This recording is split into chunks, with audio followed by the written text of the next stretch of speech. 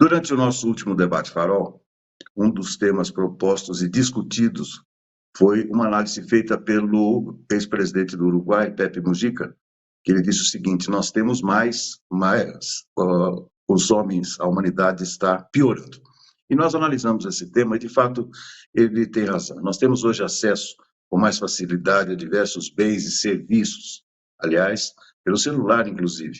Mas a vida se tornou extremamente arriscada. No trânsito, mesmo nesse final de semana, um policial foi morto após uma discussão de trânsito. Deixou a mulher e 2 filhas. Tudo que você vai comprar hoje em dia é mais caro comparado a, por exemplo, 5 anos atrás. Muito mais caro. Um frango assado que custava 20 e poucos reais, hoje está por 40. Ou seja, nós vivemos mais, mas viveremos mais para quê? A vida nós corremos mais riscos, como também é mais arriscado você sair de casa. No Sul, crianças foram vítimas de estupradores. Esses estupradores tocaram o coração das mães que estavam aflitas nos abrigos do Rio Grande do Sul.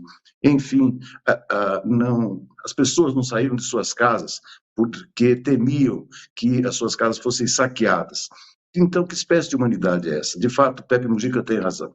Nós temos mais acesso, nós temos mais conforto, mas os seres humanos estão ficando piores. Farol de Limeira está no ar.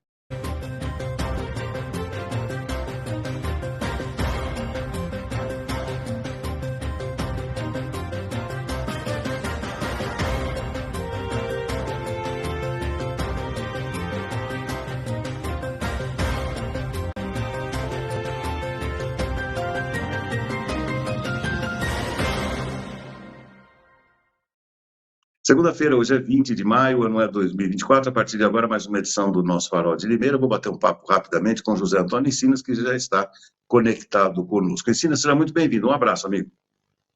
Outro abraço, Beto, para você e para todo mundo que acompanha o nosso Farol de Limeira.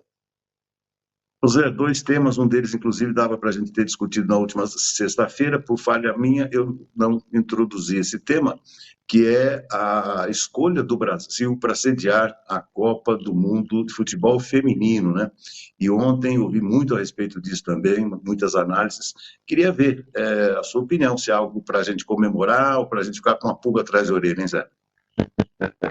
Bom, a pulga atrás da orelha a gente sempre deve ter, né, Beto? Mas, desta vez, pelo menos, não haverá necessidade da construção de estádios, né, Beto? Isso que pegou muito, né, para a Copa de 2014, né, Beto? Onde foram construídos aí, a gente sabe como, estádios aí que custaram alguns, né, como Mané Garrincha, mais de R$1 bilhão de reais, né, Beto?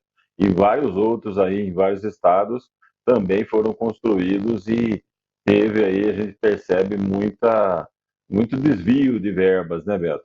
No entanto, desta vez agora, Beto, a impressão é que fica, né, que vão ser utilizados aí 10 estádios que já foram utilizados aí na Copa do Mundo masculina que aconteceu no Brasil aí em 2014, né, Beto? Então, desta forma, se não houver gastos, eu entendo, Beto, como uma possibilidade assim de crescimento do futebol feminino aqui no Brasil, né? A gente já teve aí grandes seleções, no entanto, na hora H, né, Beto, ali nos mundiais e nas Olimpíadas, o Brasil acabou não conquistando, né, nem a medalha de ouro e nem o título mundial. E a Copa sendo realizada no Brasil, Beto, eu vejo assim até como uma possibilidade maior aí da gente ter, né, essa chance. Embora, né, ela vai acontecer em 2027 e até lá, eu acho que não dá para fazer tanta coisa assim em relação a melhorar o nível das jogadoras. No entanto, né, Beto, a gente sabe que com torcida, com aquele envolvimento aí do país, é bem possível que o Brasil faça uma campanha boa nessa próxima competição. E eu vejo também, Beto, assim como uma coisa boa, o fato de incentivar aí a prática do futebol feminino no Brasil, né? A gente percebe, Beto, que em muitos outros países, principalmente nos Estados Unidos, as meninas, né, desde muito pequenas, elas praticam futebol, né? E lá, tendo uma grande quantidade de jogadoras praticando o futebol feminino, Beto, eles conseguem montar seleções fortíssimas, né? Os Estados Unidos já foi campeão várias vezes aí, tanto do Campeonato Mundial como das Olimpíadas. Então, eu vejo assim com bons olhos a realização da Copa do Mundo Feminina no Brasil em 2027. Apesar de que, concordo com você, a pulga sempre deve ficar atrás da orelha para ver se não haverá aí nenhum desvio de verbas, né? Mas a gente já tem claro isso, né, Beto?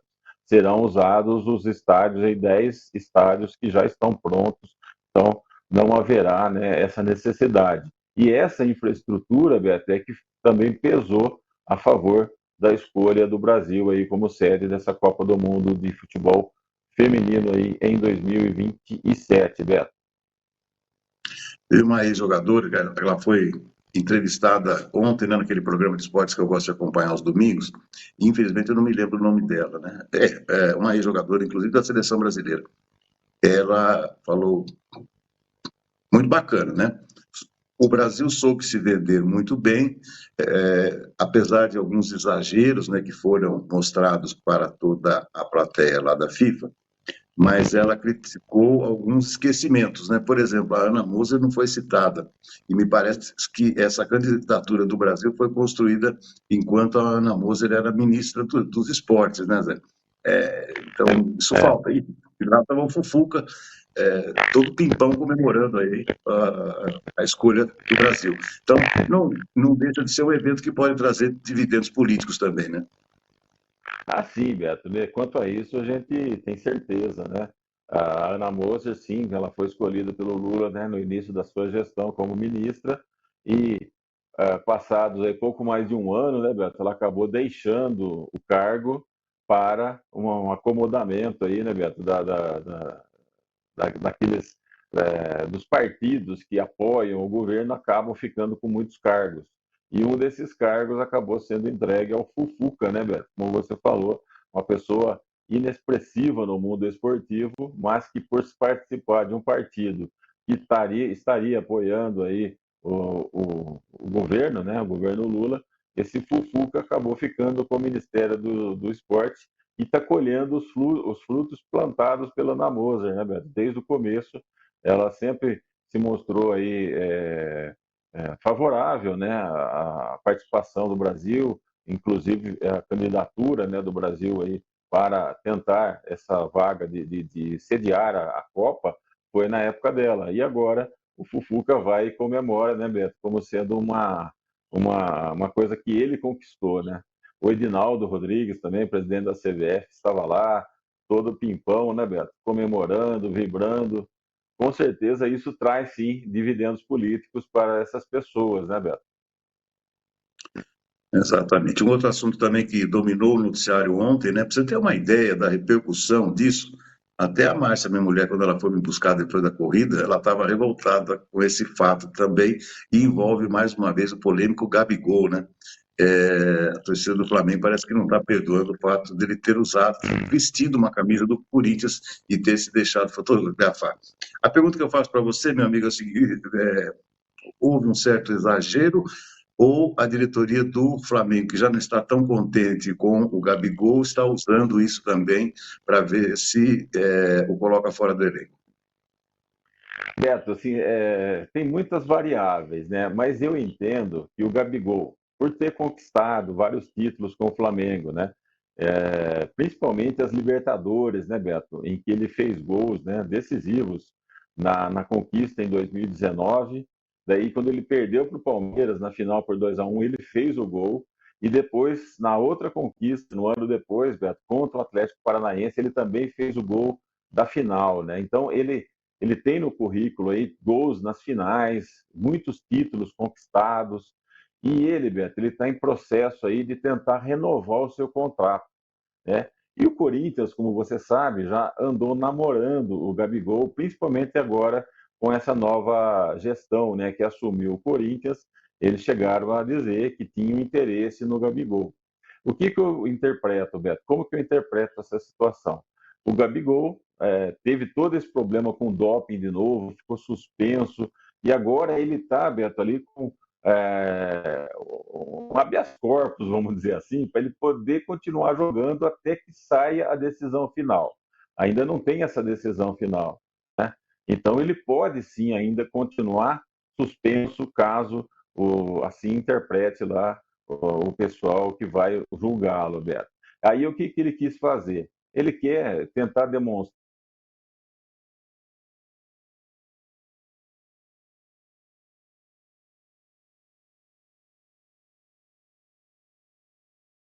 né, Beto? E acabaram causando muita dor de cabeça para ele, né? Lógico que a torcida do Flamengo não vai ficar feliz de tendo ali um dos seus ídolos vestindo a camisa de um clube rival no país, né? Então, ele tentou, Beto, acho que tirar proveito disso para forçar a barra. Olha, se vocês não renovarem logo o meu contrato, eu posso assinar um pré-contrato com o Corinthians e vou sair de graça, vocês não vão ganhar nada, né? Então, Beto, foi mais ou menos isso que eu estou interpretando. Ele tentou forçar, né, para fazer com que o Flamengo ficasse preocupado dele estar vestindo uma outra camisa. No entanto, o feitiço virou contra o feiticeiro e a gente sabe, né? Agora ele perdeu a camisa 10, está em descrédito aí com a torcida, ou seja, ele vai ter que ralar muito e fazer muito gol aí nos próximos meses, Beto, para tentar amenizar esse problema aí que ele se enfiou de graça, né? Não havia a menor necessidade dele tirar uma foto aí, mesmo que seja na casa dele, Beto, com a camisa de um adversário, né? De fato, pegou mal. Concordo com você. O feitiço virou contra o feiticeiro. Mas, nitidamente, ele quer pressionar o Flamengo. O tiro saiu pela culatra, como a gente fala. Tá bom, Zé. Muitíssimo obrigado. Uma ótima semana para você. E amanhã falaremos em melhores condições aí. Beleza, então, Beto. Até amanhã. Grande abraço. Tchau, tchau. Valeu. Muito bem, seguimos aqui com o nosso Farol de Limeira. Lembrando, daqui a pouquinho teremos aqui a participação da treinadora física e comportamental Leilani de Paula. Mas antes, vou bater um papo com o Antônio Cláudio Bontorin, que já está conosco. Bontorin, seja muito bem-vindo. Um abraço, amigo. Um abraço, Beto. Bom dia. Um abraço a todos que nos acompanham aqui pelo Farol de Limeira. Essa questão do Gabigol aí de vestir a camisa do Corinthians, teve um ato parecido recentemente com o Arboleda vestindo a camisa do Palmeiras durante as férias dele lá no Equador, né? Olha, eu sinceramente vejo tudo isso apenas como uma questão comercial de patrocínio de camisa. O patrocinador deve ter chegado junto ao Flamengo e falado, ó, ele vestiu uma camisa, apareceu o patrocinador do outro clube, isso não é legal. Então eu vejo apenas como uma questão de participação da patrocinadora, justamente para pressionar o clube a não deixar isso acontecer. A gente sabe que isso é uma realidade hoje, os jogadores já não podem tirar a camisa para comemorar o gol justamente por pressão das patrocinadoras, né? que levam cartão amarelo. Então é isso aí, Beto. É o mundo esportivo vivendo às custas do mundo financeiro. É um olhar diferente também. Gostei da sua análise. Pode ser patrocinador mesmo, viu? Bom, Cláudio, queria passar para você uma historinha que eu tive acesso nesse final de semana, relacionada também às enchentes na região sul do país. Entre tanta coisa ruim acontecendo lá no sul, houve uma denúncia de que, quer dizer, meio denúncia, né? Mas uma informação que muita gente não está conseguindo receber qualquer tipo de auxílio porque está sem documentos. Agora, é um paradoxo, né? Porque hoje nós temos muitos documentos em aplicativos oficiais no celular, mas muita gente também perdeu o celular. Então, você não tem o documento físico, você não tem o celular, você não tem o acesso a esse documento, e aí os governantes deveriam fazer uma força-tarefa ou ter mais empenho para devolver a cidadania, porque sem documento você perde a cidadania, né, Cláudio? O que você acha disso? Beto, quem está fazendo esse movimento aí de recuperação da documentação é o CNJ, né? O Conselho Nacional de Justiça vem fazendo aí grandes mutirões, né, por todo o país, e também assumiu no Rio Grande do Sul essa tarefa, ter esse trabalho, porque de fato, sem documento, ninguém existe, né? Não há um cidadão, não há um ser vivo. É uma pessoa sem documentos, é uma pessoa inexistente. A questão do documento digital, a gente sabe que para o documento digital você precisa ter o documento impresso, né? Porque tem um QR Code, você precisa fotografar o QR Code, entrar num programa específico. Então, realmente, os documentos numa tragédia ambiental, num incêndio, por exemplo, como acontece em prédios, né, quando você tem que sair correndo, sai com a roupa do corpo só e acaba perdendo tudo, é de fato uma dificuldade. E nessa questão da enchente é pior ainda, né? Porque para você ter acesso, você precisa de transporte, você precisa de locomoção, né? E por isso o CNJ está fazendo isso junto aos abrigos, né? É muito desabrigado e vai demorar ainda algum tempo para que isso se torne um fato concreto para todos, né, Beto? Então, olha, eu acho que a pior situação de um ser humano, de um cidadão, é justamente não ter os seus documentos, né? Você lembrou bem, né? O Conselho Nacional de Justiça que está fazendo isso, mas é, aí que vem a questão, né, Cláudio? As pessoas mais humildes, além desse apoio financeiro, além do apoio psicológico, elas precisam do apoio técnico também, né? Porque nem todas sabem acessar, sabem baixar um aplicativo. Eu acompanhei um caso recentemente e foi uma luta, né? Para um cidadão simples, ele também estava sem os seus documentos, para recuperar a sua senha e o seu acesso, por exemplo, ao gov.br. Então, ele teve que chamar aí a ajuda dos universitários, sem os quais ele não conseguiria baixar e ter acesso na sua própria conta do gov.br, Cláudio. Beto, é muito chato realmente fazer essa conta, viu? Quando você cria essa conta, ela exige uma série de definições dentro do seu perfil e também de acesso a contas que você já tenha na internet, né? Até pouco tempo atrás, por exemplo, os escritórios de contabilidade tinham acesso fácil, apenas com o número do benefício, à folha de pagamentos de beneficiários que eram seus clientes no imposto de renda. Este ano, não. O ano passado ainda assim, este ano não. Você precisa ter aquela conta do meu INSS ou então solicitar no próprio INSS o extrato de rendimentos, né? Eu, como já tinha, foi fácil, né?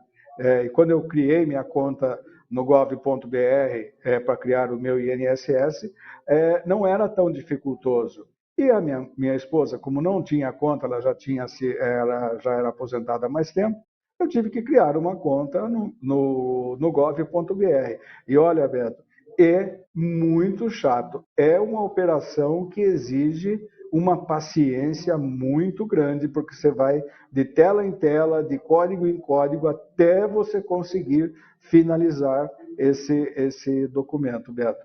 Aí realmente precisa de um apoio técnico, porque é muito complicado, Beto.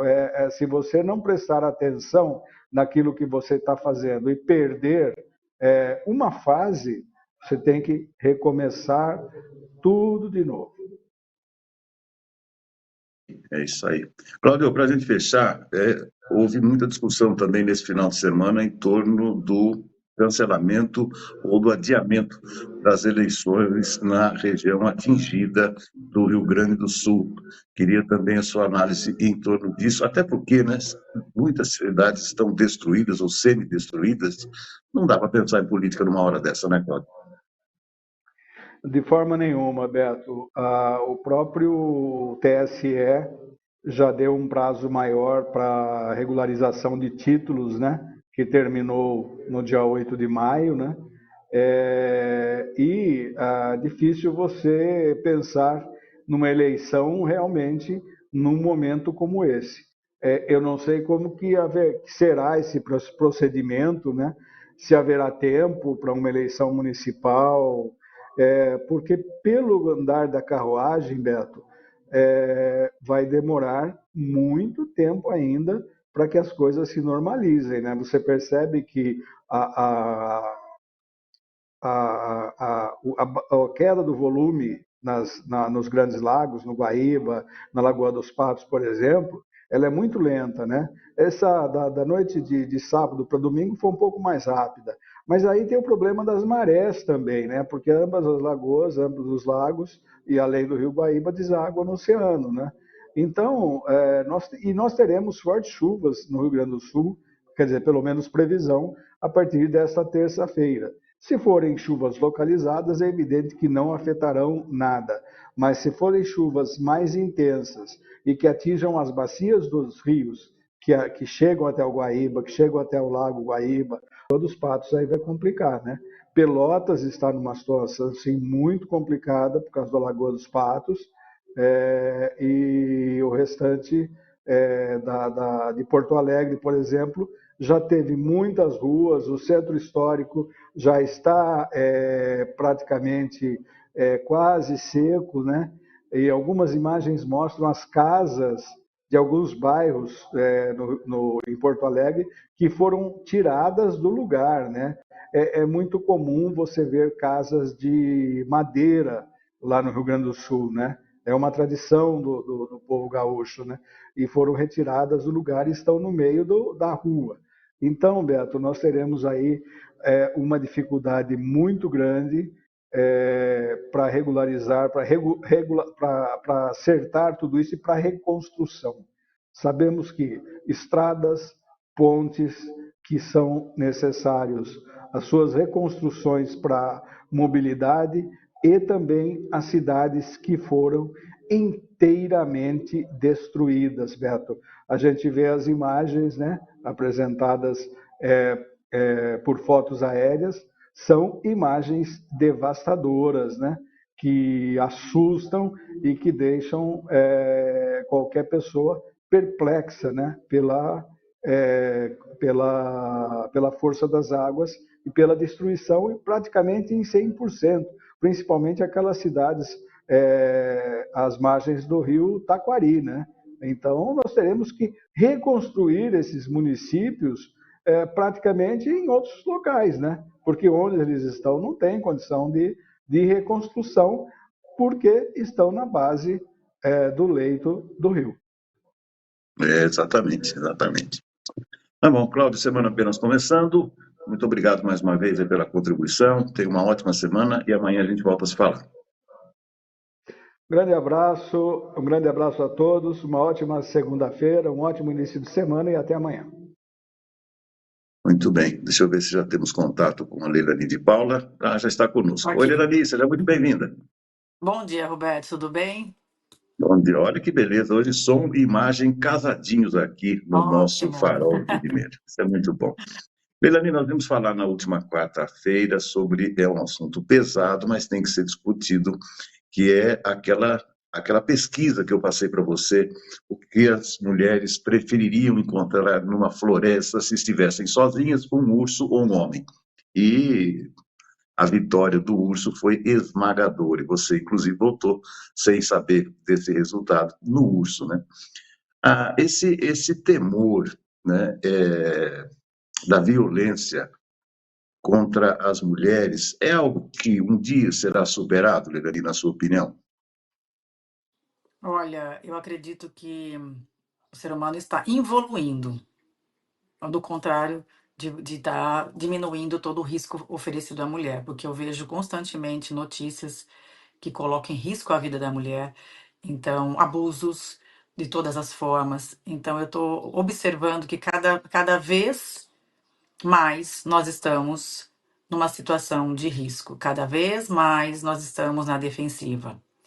Então, nós estamos o tempo todo colocando esse escudo, essa situação de luta e fuga, que nós falamos também quando a gente está diante de um problema. A gente está o tempo todo pisando em ovos em relação a qualquer relacionamento.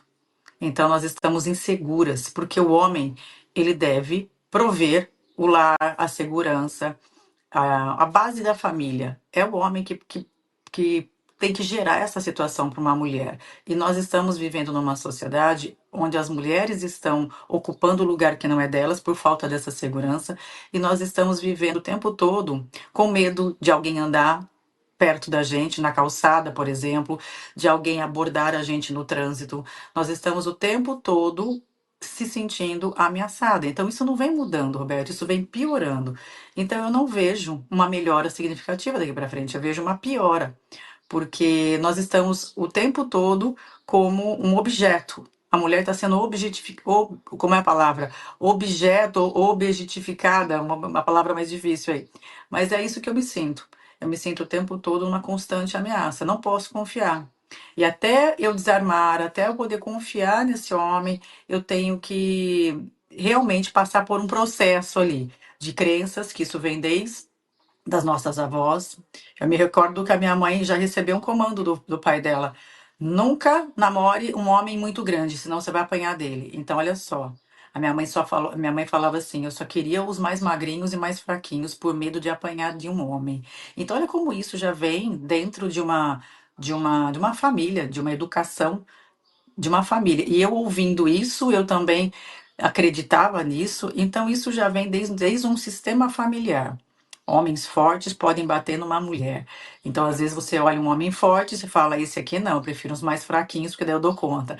Então, tá difícil, Roberto, de você soltar esse escudo, essas armas e realmente se entregar para um homem. Eu vejo que a sociedade realmente está precisando de uma reforma geral nos relacionamentos e principalmente nessa postura masculina, para que a mulher possa descansar no seu feminino e realmente confiar que o homem vai prover essa plataforma de segurança familiar, para que ela possa relaxar e estar no seu feminino saudável, que é o lugar dela. Por isso que nós estamos tão adoecidas. Um dos fatores primordiais ali é a falta de segurança, porque a mulher busca pela segurança e ela não está encontrando. Você falou de agressões físicas, né? Vamos lá.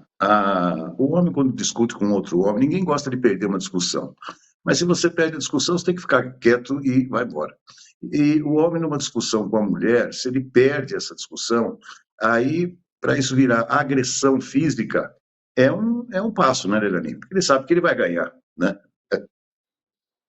Ele resolve na porrada, né, Roberto? Ele resolve na agressão, ele quer mostrar quem é o mais forte, né? É Exato. sempre, isso foi desde dos nossos ancestrais aí. Quem é o mais forte é aquele que sobrevive. Então não existe o diálogo. E isso vem também dentro das nossas relações. Às vezes o homem se impõe diante de uma mulher como o mais forte, quem manda sou eu. E a mulher, ela acaba ficando com o medo. O medo se instala ali na relação, e a gente tem o homem não como o nosso parceiro, mas ali ela fica realmente o tempo todo apreensiva, porque ela não sabe a reação dessa pessoa, o que vem dessa pessoa, e se ela pode confiar.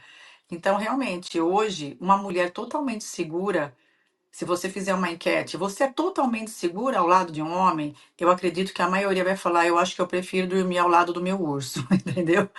Porque a gente não sabe realmente todas essas reações. Por isso que nós precisamos de muita psicoterapia, precisamos muito rever todo esse lugar de reatividade para que esse homem macho, né? Eu sou macho, resolvo do meu jeito. Esse meu jeito não é o melhor jeito, é na agressão. É aquela coisa, a violência é diferente. Um homem violento é diferente de um homem agressivo, né? A agressividade masculina ela é importante. Ela vai dar segurança para essa mulher. Eu quero um homem agressivo, uma agressão no uma agressividade para trabalhar, para sustentar sua família, para prover, para dar segurança dessa plataforma familiar. Mas o homem violento, ele coloca em risco essa mulher e seus filhos. É diferente um homem agressivo de um homem violento. E às vezes o que eu vejo muitas coisas acontecendo e as notícias que estão todos os dias nos tabloides é o homem violento dentro de casa para a sua esposa e para os seus filhos.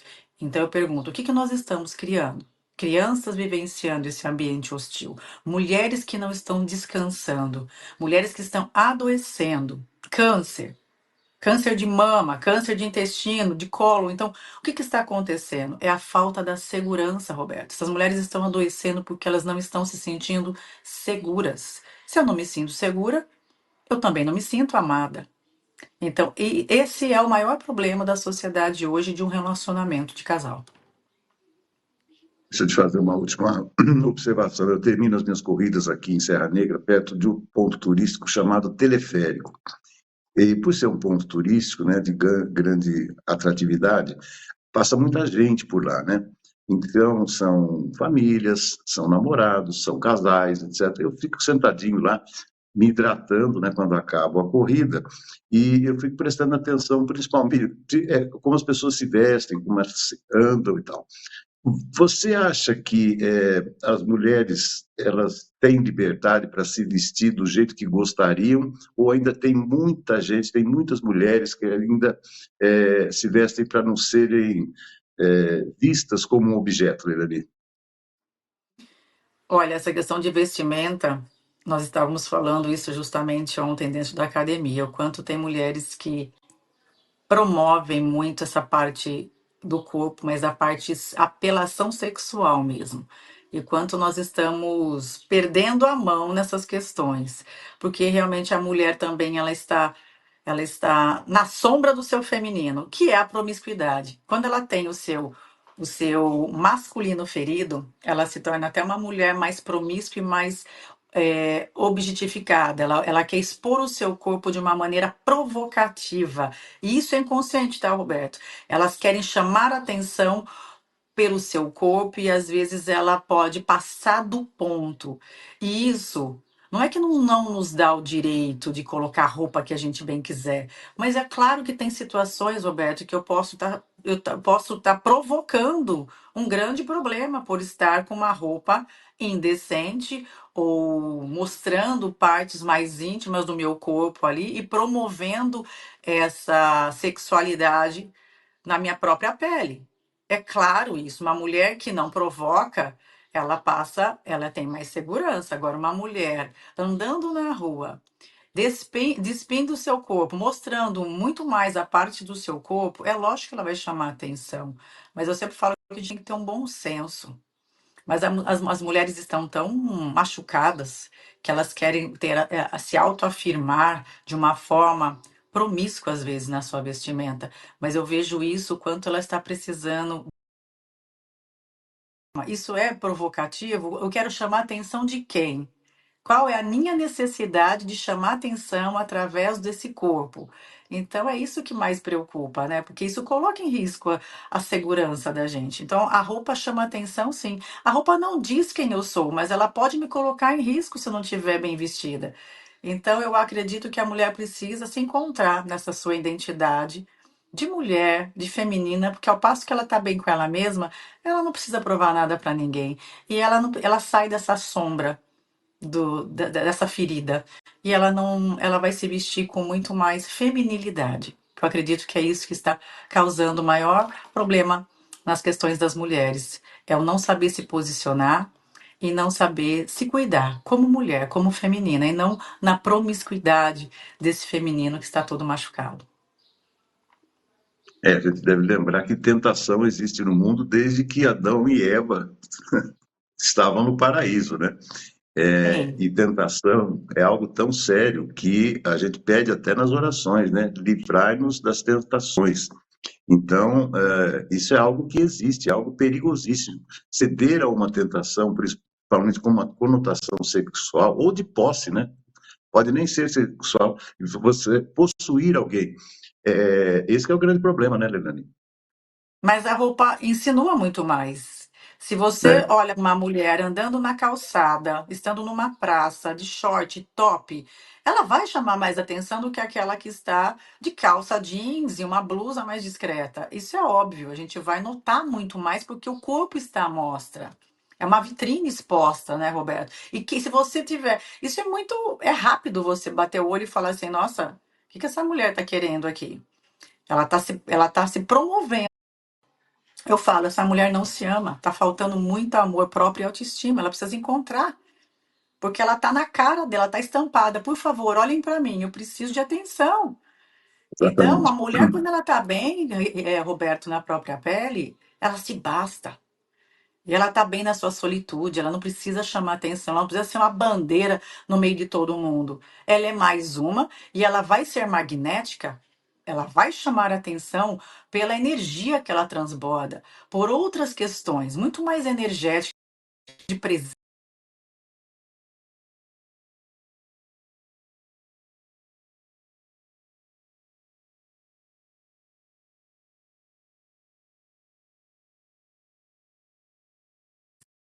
Violência e violência contra a mulher. Legal, Leilani, deu para ir até o finalzinho, gostei do som, da imagem, um assunto importante, merecia Muito. realmente essa qualidade que nós tivemos nessa segunda-feira. Minha amiga, muitíssimo obrigado mais uma vez, tenha uma ótima semana e até a próxima. Até a próxima, Roberto. Valeu. Leilani de Paula, treinadora física e comportamental. Vamos agora a um rápido intervalinho, depois, na sequência, o nosso companheiro César Roberto e depois o comentário de Ricardo Galzerano.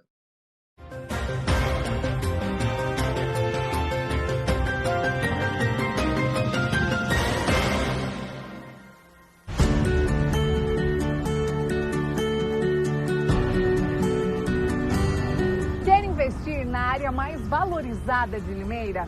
Esse é o Cidade Universitária 2. Todo o sucesso de Cidade Universitária 1, agora em seu segundo e último módulo.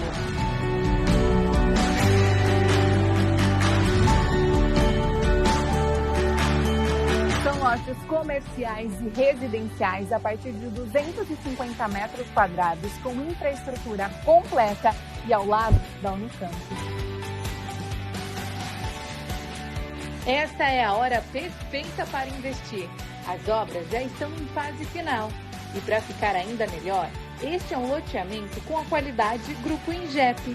Investimento garantido, sem preocupação e com pagamento facilitado, em até 180 vezes, sem burocracia. Visite o nosso plantão de vendas que fica próximo à rotatória da Limeira Cordeirópolis e garanta o melhor negócio.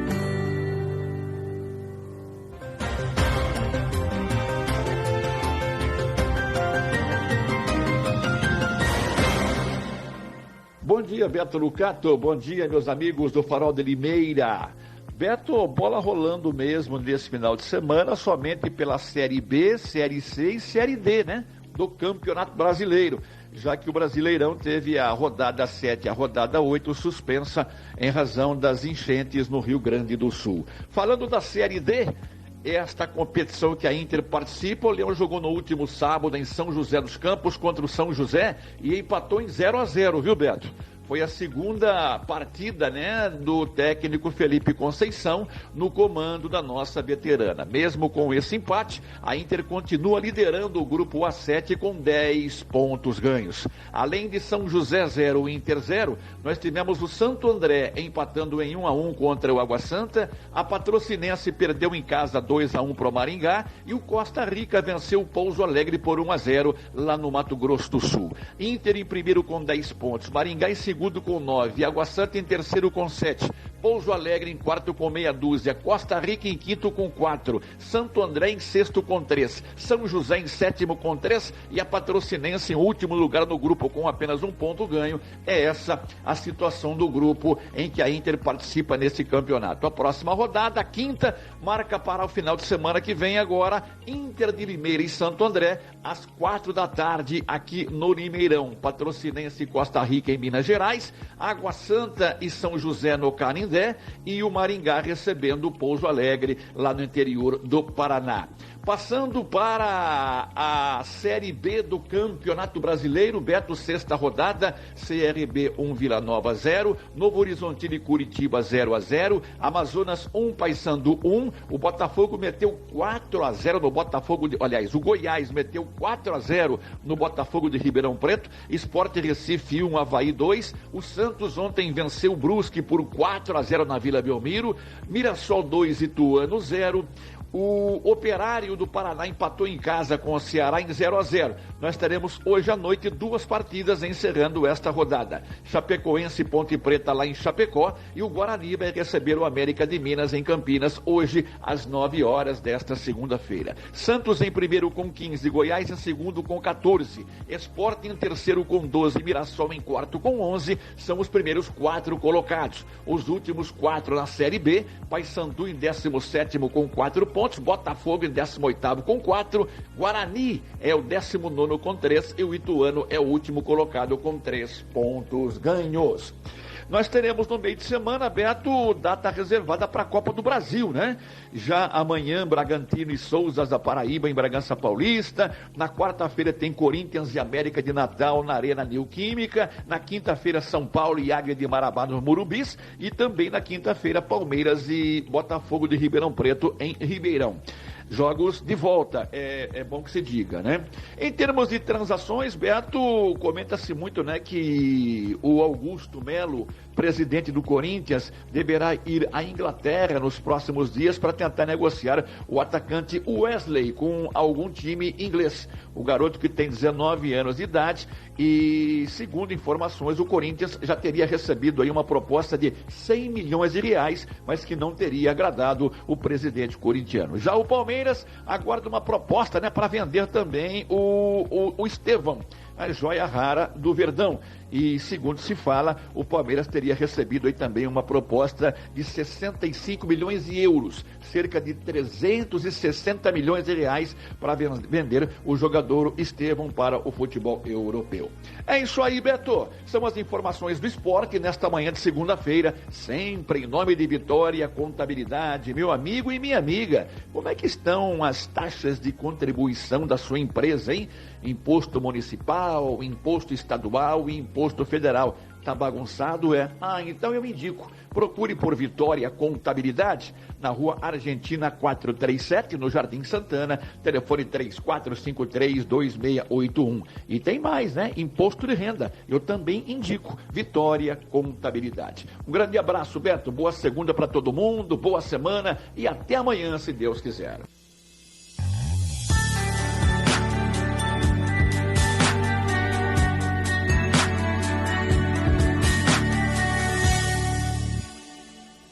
Cachorro mordido por cobra tem medo de linguiça. É um velho ditado popular. Cachorro mordido por cobra tem medo de linguiça. Ou seja, a expressão quer dizer mais ou menos assim. As pessoas, quando vê alguma coisa que foi prometido e falhou, ou, enfim, a pessoa fica desconfiada da realidade dos fatos. É linguiça ou é cobra ali perto do cachorro? Deve ter sido mais ou menos isso que o vice-governador do Rio Grande do Sul, Gabriel Souza, falou numa entrevista Ele estava coordenando uma parte dessas tentativas de auxílio a alguns municípios do Vale do Rio Taquari. E ele deu uma entrevista que ele falou que o governo Lula é ruim para cumprir promessas. Porque a maioria de nós não se lembra, mas os gaúchos lembram. Em setembro do ano passado houve um ciclone que afetou inúmeras cidades do Vale do Taquari. E o governo Lula prometeu 209 milhões para construir casas destruídas dentro do programa Minha Casa Minha Vida. Isso em setembro do ano passado. E não foi para lá ainda nenhum tostão. Agora Lula está fazendo comícios em várias cidades gaúchas, falando que vai fazer isso, fazer aquilo. O vice-governador colocou um pé atrás. Epa, será que vai cumprir? Porque hoje nós estamos vivendo num mundo de narrativas. Linhas favoráveis ao governo, imprensa, fala que o governo está fazendo o que pode. A oposição, as pessoas críticas, um jornalismo mais sério, enfim, está mostrando que o governo está meio perdido nessa crise. Não tem um plano emergencial rígido funcionando. Então a gente tem que tomar cuidado sobre em quem acreditar. Agora, se um vice-governador do Estado diz que o governo é ruim de cumprir promessas e mostra o exemplo de setembro do ano passado, o que houve lá no Vale do Rio Taquari, um ciclone, governo prometendo 209 milhões e não dando nenhum centavo, eu acredito nas palavras dele. Ele é uma pessoa que está no poder. Nós temos que tomar muito cuidado hoje com as inúmeras narrativas que surgem, mas a maioria delas aponta na direção de que falta coordenação e competência para o atual governo federal em amenizar e dar uma linha para a imensa crise, imensa tragédia ocorrida no Rio Grande do Sul.